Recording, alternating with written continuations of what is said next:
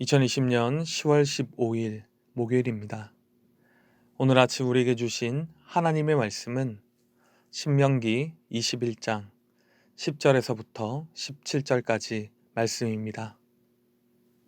내가 나가서 적군과 싸울 때에 내 하나님 여호와께서 그들을 내 손에 넘기심으로 내가 그들을 사로잡은 후에 내가 만일 그 포로 중에 아리따운 여자를 보고 그에게 연연하여 아내를 삼고자 하거든 그를 내 집으로 데려갈 것이요 그는 그 머리를 밀고 손톱을 베고 또 포로의 의복을 벗고 내 집에 살며 그 부모를 위하여 한 달 동안 애곡한 후에 내가 그에게 들어가서 그의 남편이 되고 그는 내 아내가 될 것이요 그 후에 내가 그를 기뻐하지 아니하거든 그의 마음대로 가게 하고 결코 돈을 받고 팔지 말지라 내가 그를 욕보였은즉 종으로 여기지 말지니라.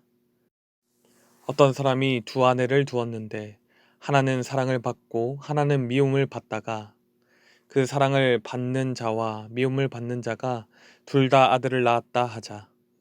그 미움을 받는 자의 아들이 장자이면 자기의 소유를 그의 아들들에게 기업으로 나누는 날에 그 사랑을 받는 자의 아들을 장자로 삼아 참 장자 곧 미움을 받는 자의 아들보다 앞세우지 말고 반드시 그 미움을 받는 자의 아들을 장자로 인정하여 자기의 소유에서 그에게는 두 몫을 줄 것이니 그는 자기의 기력의 시작이라 장자의 권리가 그에게 있음이니라. 아멘.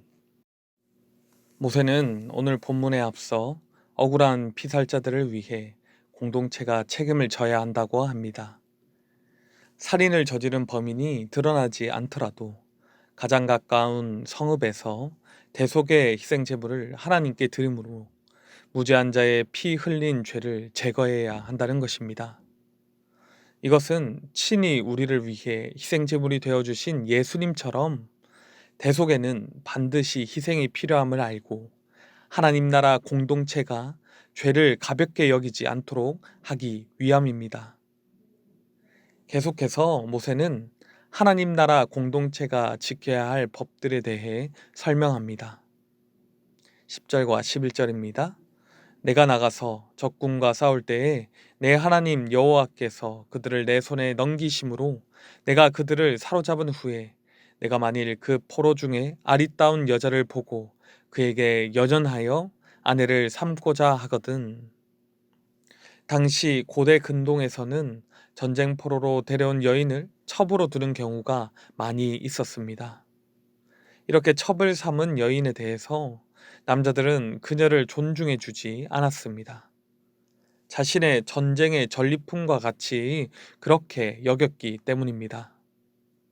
그러나 하나님께서는 전쟁을 통해 얻은 아내라 할지라도 그녀를 존중히 여기도록 하셨습니다.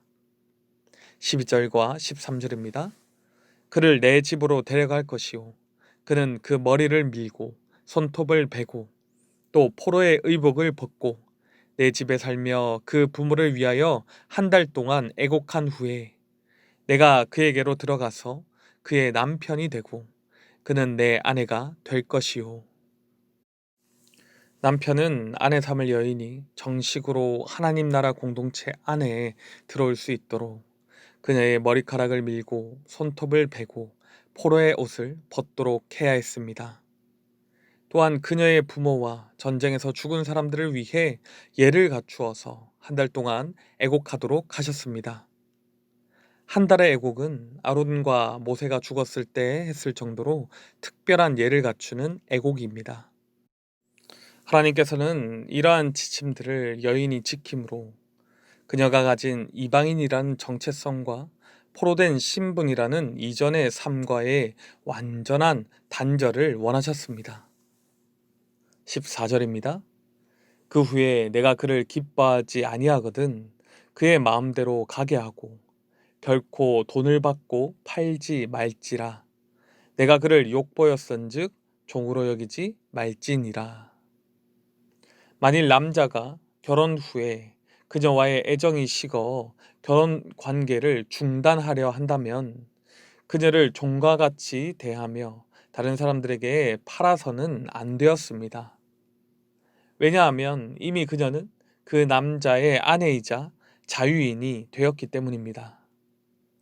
이방 여인조차 하나님 나라의 공동체에 속하게 되었다면 한 사람의 소중한 인격으로 존중이 돼야 한다는 것입니다. 이어서 15절부터 17절은 모세가 장자권에 대해서 하신 말씀입니다. 본문은 장자권 승계 원칙에 대해서 설명하는데, 사랑하는 여인의 아들이든 미워하는 여인의 아들이든 공정하게 장자의 권한을 인정해서 두 몫의 유산을 상속해야 한다고 합니다. 하나님이 정하신 법을 사람의 마음대로 사사로이 바꿔서 자녀로 하여금 억울한 심정을 가지게 해서는 안 된다는 것입니다. 아버지의 편에는 요셉의 사례와 같이 가족 간에 큰 비극을 안겨줄 뿐이기 때문에 하나님의 법을 지킴으로 평화를 이루어야 한다는 것이지요. 오늘 살펴본 두 가지 법을 통해서 우리는 어떤 은혜를 나눌 수 있겠습니까? 첫째로, 사람을 존중히 여기는 하나님 나라 공동체가 되기를 원합니다. 오늘 본문의 배경인 고대 근동 사회에서 여성의 인권은 형편없었습니다. 같은 민족 안에서도 여인은 숫자에 넣지 않을 정도로 인격적 존재로 존중받지 못했습니다. 그것이 너무 당연시 여겨졌으니 포로로 잡힌 여성들은 더욱 비참한 처지에 있었을 것입니다.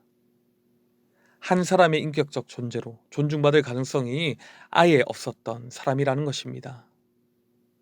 그러나 하나님께서는 이런 여성들도 하나님 나라 공동체에 들어올 수 있도록 기회를 열어주시고 그녀들이 한 사람의 소중한 인격으로 대우받을 수 있도록 하셨습니다.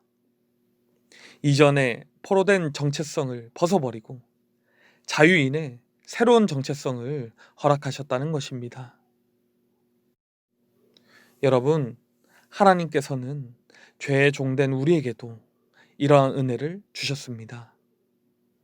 죄에 종되어 세상 앞에서 존중받지 못하고 조건으로 능력으로 평가를 받으며 비인격적인 대우를 받아왔던 우리를 하나님의 자녀요, 하나님의 백성 삼아 주셔서 한 사람의 소중한 인격적 존재로 사랑하여 주셨다는 것입니다. 이런 은혜를 받은 우리가 다른 사람들을 비인격적으로 대해서는 안 될 것입니다. 우리는 다른 사람을 조건과 능력으로 무시하지 않고 어떠한 사람이라 할지라도 소중한 인격으로 대해야 합니다. 이렇게 하나님 나라 공동체로서 서로를 존중히 여기며 행복한 공동체가 되는 것입니다. 우리도 세상의 기준으로 조건과 능력으로 사람을 비인격적으로 대하지 않고 하나님이 우리에게 베푸신 은혜와 같이 서로를 존중히 여기는 그런 행복한 공동체가 되기를 소원합니다.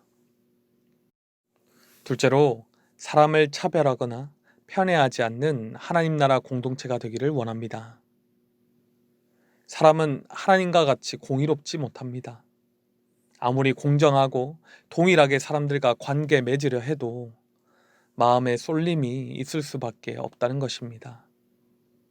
기질과 성격의 차이, 감정적인 문제, 상황과 환경과 같이 어떠한 이유에서건 각자의 기준에 따라서 더 편안하고 사랑하는 사람과 더 불편하고 미워하는 사람이 생길 수밖에 없습니다.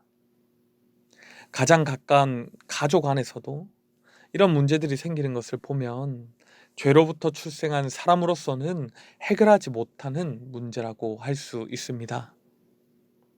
그래서 하나님께서는 이러한 차별과 편애의 문제를 제거하기 위한 법을 말씀하셨습니다. 하나님 나라 공동체에서는 이런 일이 있어서는 안 되기 때문입니다. 그중 오늘 본문은 가장 민감한 분쟁이 생길 여지가 많은 이 상속 문제에 대해서 말씀하십니다. 단순히 상속만 그렇게 하라는 것이 아니라 하나님이 정하신 법을 지키며 자기 안에 있는 죄된 마음을 돌아보고 매사에 차별과 편애를 저지르지 말라는 것입니다. 우리가 보면 아주 어린 아이들끼리 놀 때에도 자기 마음에 드는 친구와 그렇지 않은 친구들을 차별하는 것을 봅니다.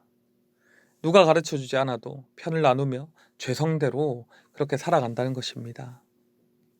그러므로 우리는 늘 말씀과 기도로 우리 자신을 돌아봐야 합니다. 우리의 영원한 본 되시는 예수님께서는 어부와 세리, 창녀들뿐만 아니라 바리새인과 서기관까지도 차별하지 않으시고 죽기까지 사랑해 주셨습니다.